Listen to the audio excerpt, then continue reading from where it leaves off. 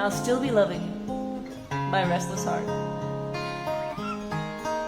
You're listening to Delilah on B98.5 FM. It's like I'm right there.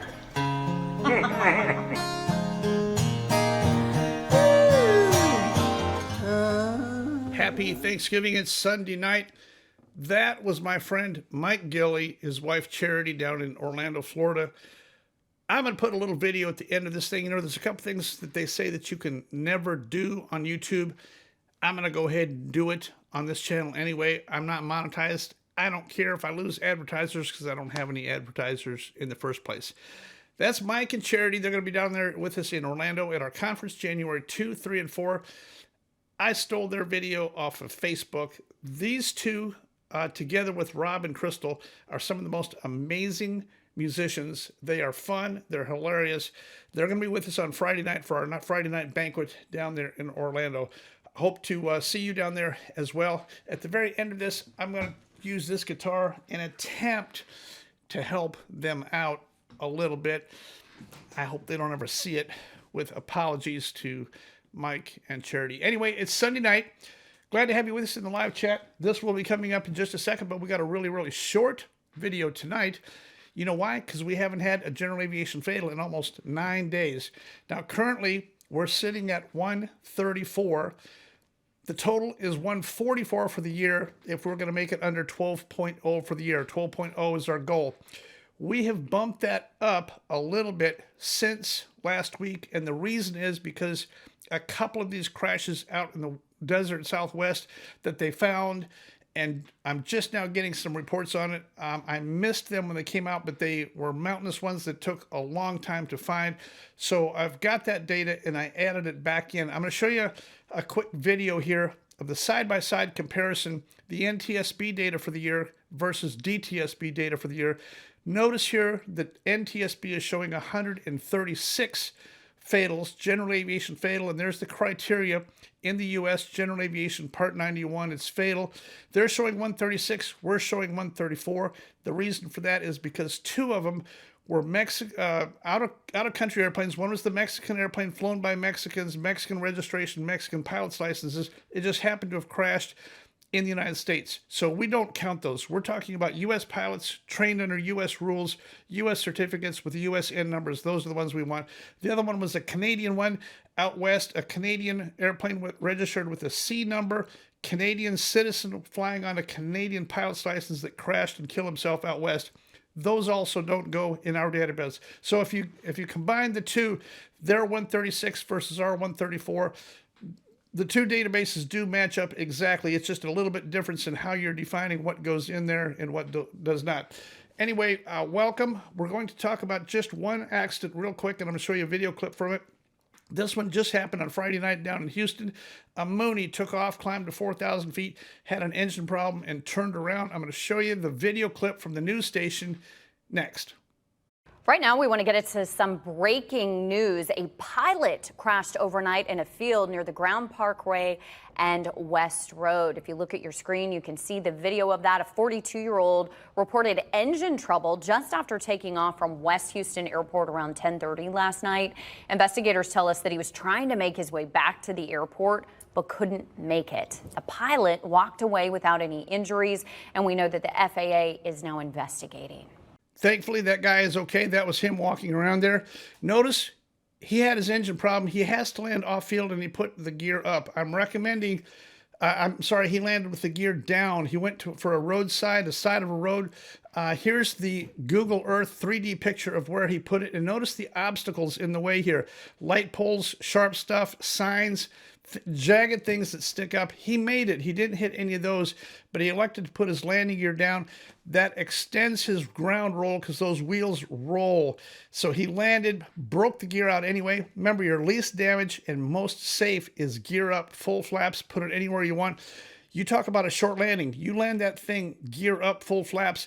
The landing distance is about 300 feet. It just slides to a stop and it's over. I recommend shoulder harnesses. Obviously, I could have used one a year ago. Shoulder harnesses, be ready for your off-field landing. This guy was out there flying around at night, had his engine problem, did a nice job. He did not stall his airplane, but he made it back in. to a field right there, something alongside the road, and we're very thankful for that. Anyway, it's been 9 days since we've had a fatal. Are we going to make it? I think that we are. I want to go over a couple of the accident categories that we're looking at for 2025. Remember, our year concludes this year on a Wednesday night. Midnight Wednesday at the end of the year wraps up 2025. When it strikes midnight, 2025 is over. We've got Thursday, Friday, and then Saturday at our conference, we'll announce the data. All the end numbers, all the data, it'll all be totalized. You'll be absolutely able to see 100% of everything. I'm going to put the schedule up on the screen here next. This is the schedule. You can zoom through it, and I'll put this schedule in the first comment of this video so you can click on it and see it for yourself. A jam-packed conference with speakers, seminars, information, and fun. Remember, this General Aviation Safety Summit that we're doing is our first one.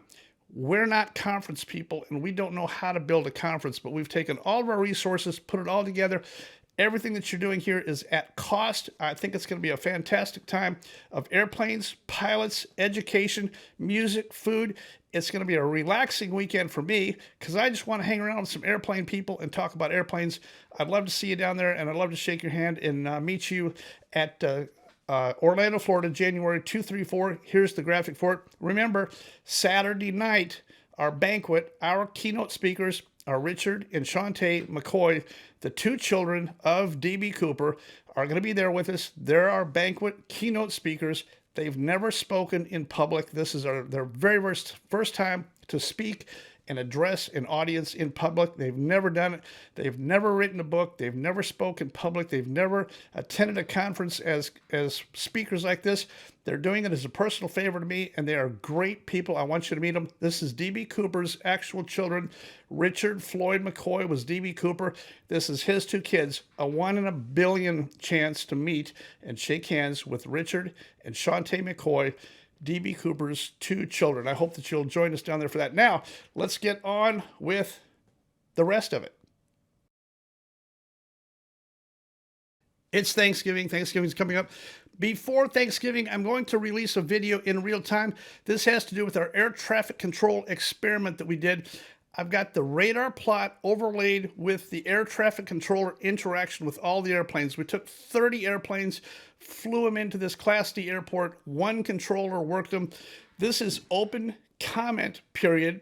This is our opportunity for you to view that video and leave your comments. I want your comments. The reason is because everybody around the country is going to be looking at this video and looking at your comments. I want your comments concerning the actions of the controller, his professionalism, the entire outlay, how did he handle it, and what happened. I already have my own opinion on what could be done better, but we're putting this out here. Open comment on this video for the traffic. This is where each airplane is assigned a time to hit a certain fix at an exact altitude and an exact time. This would have worked exactly perfect. It did very nice when we did it on November 13. Could we improve it? Yes, we can, and that's where we're going to use your open comment debrief. I really want your comments on this video when it comes out.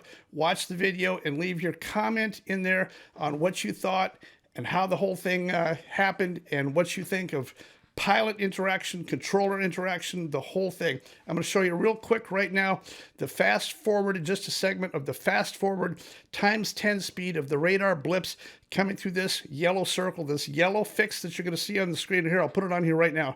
This yellow dot is Weezer. If you can see the airplanes coming through here one at a time, they're feeding in from the north and they're going to hit this fix. Now, the advantage here is that we don't have 300 airplanes jam-packed flying around Lake Parker.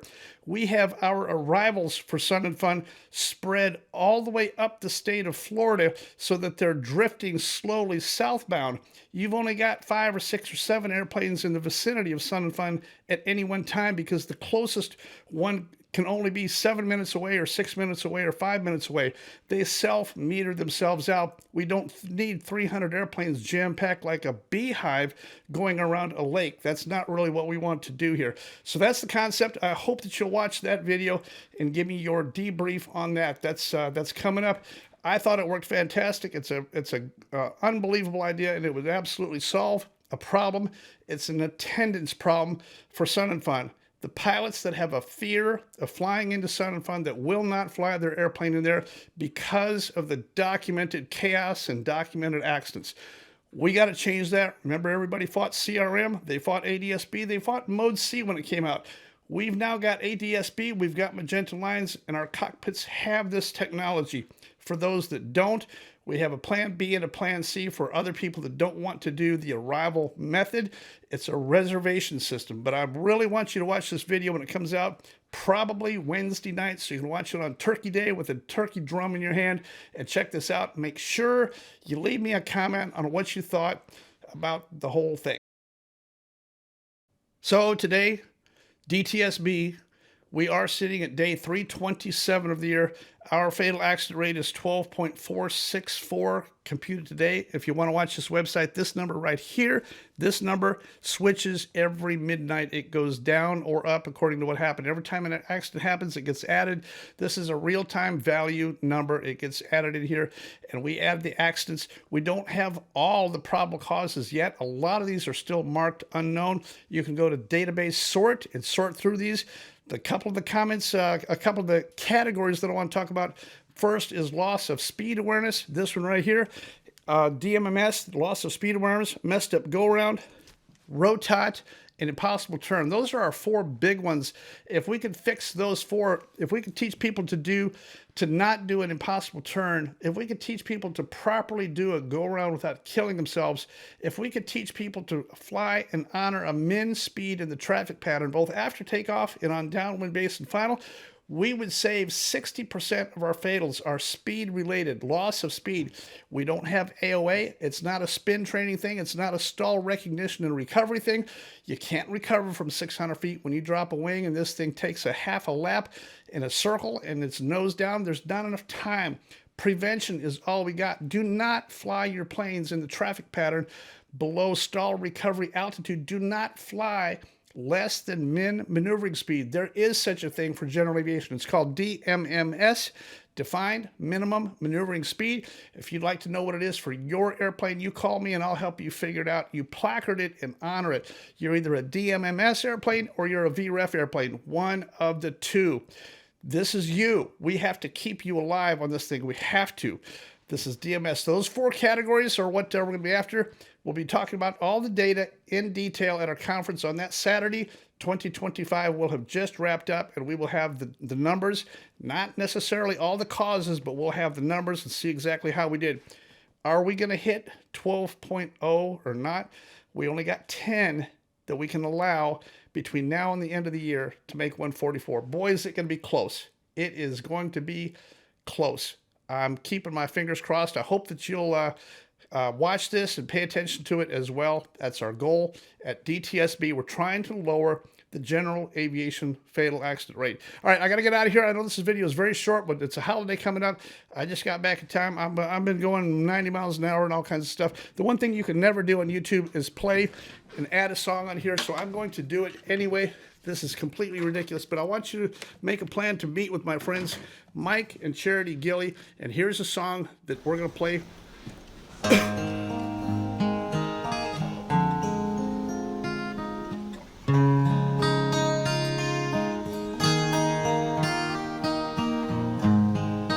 Changing my life with your love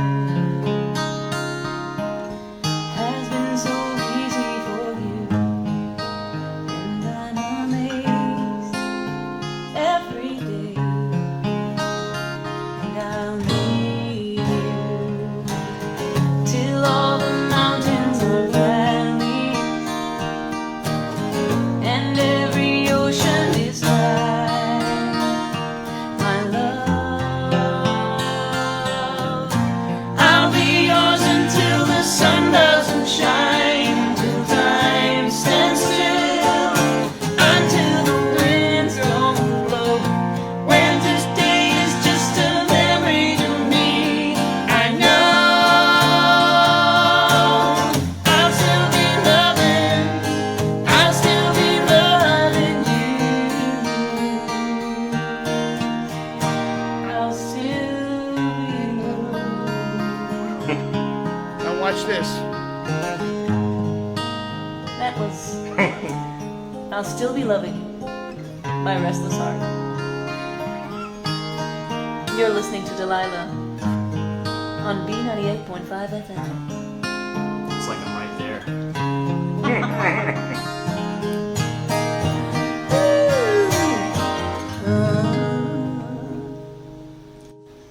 That's what it is.